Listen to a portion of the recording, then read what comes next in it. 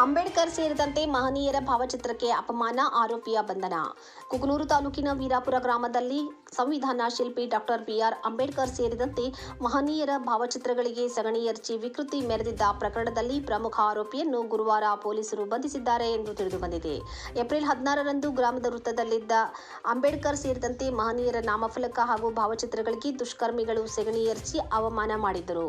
ಘಟನೆ ಬೆಳಕಿಗೆ ಬಂದ ತಕ್ಷಣ ಸ್ಥಳೀಯರು ಹಾಗೂ ವಿವಿಧ ಸಂಘಟನೆಗಳ ಕಾರ್ಯಕರ್ತರು ಜಮಾಯಿಸಿ ಕಿಡಿಗೇಡಿಗಳ ಬಂಧನಕ್ಕೆ ಆಗ್ರಹಿಸಿ ಪ್ರತಿಭಟನೆ ನಡೆಸಿದ್ದರು. ಈ ಹಿನ್ನೆಲೆಯಲ್ಲಿ ಹಲವು ದಲಿತ ಸಂಘಟನೆಗಳು ಆರೋಪಿಯ ಬಂಧನಕ್ಕಾಗಿ ಒತ್ತಾಯ ಮಾಡಿದ್ದವು. ಘಟನೆಯಿಂದಾಗಿ ಗ್ರಾಮದಲ್ಲಿ ಕೆಲ ದಿನಗಳ ಕಾಲ ಉದ್ವಿಗ್ನ ವಾತಾವರಣ ನಿರ್ಮಾಣವಾಗಿತ್ತು. ಪ್ರಕರಣದ ತನಿಖೆ ನಡೆಸಿದ ಪೊಲೀಸರು ಇದೇ ಗ್ರಾಮದ 23 ವರ್ಷದ ಶಿವಕುಮಾರ್ ಎಂಬ ಯುವಕನನ್ನು ಬಂಧಿಸಿದ್ದು, ಆತನೇ ಪ್ರಮುಖ ಆರೋಪಿ ಎಂದು ಪೊಲೀಸ್ ಮೂಲಗಳು ತಿಳಿಸಿವೆ. ಏಪ್ರಿಲ್ 20ರಂದು ಅಂಬೇಡ್ಕರ್ ಜಯಂತಿ ಕಾರ್ಯಕ್ರಮ ನಡೆಸಲು ಗ್ರಾಮದಲ್ಲಿ ನಿರ್ಧರಿಸಲಾಗಿತ್ತು. ಇದರ ಅಂಗವಾಗಿ ಅಂಬೇಡ್ಕರ್ ಬಡಾವಣೆಯ ಪ್ರತಿ ಮನೆಯಿಂದ 200 ರೂಪಾಯಿಯಂತೆ ಸಂಗ್ರಹಿಸಿ ಒಟ್ಟು 14,000 ರೂಪಾಯಿ ಹಣ ಸಂಗ್ರಹಿಸಲಾಗಿತ್ತು.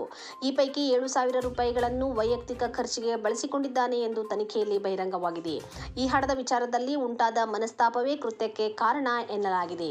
ಈ ಕುರಿತು ಪೊಲೀಸರು ತನಿಖೆ ಚುರುಕುಗೊಳಿಸಿದಾಗ ಆರೋಪಿಯು ತನ್ನ ತಾಯಿ ಎದುರು ಕೃತ್ಯ ಎಸಗಿರುವುದಾಗಿ ಒಪ್ಪಿಕೊಂಡಿದ್ದಾನೆ ಎಂದು ಪೊಲೀಸ್ ಠಾಣೆ ಮೂಲಗಳು ತಿಳಿಸಿವೆ.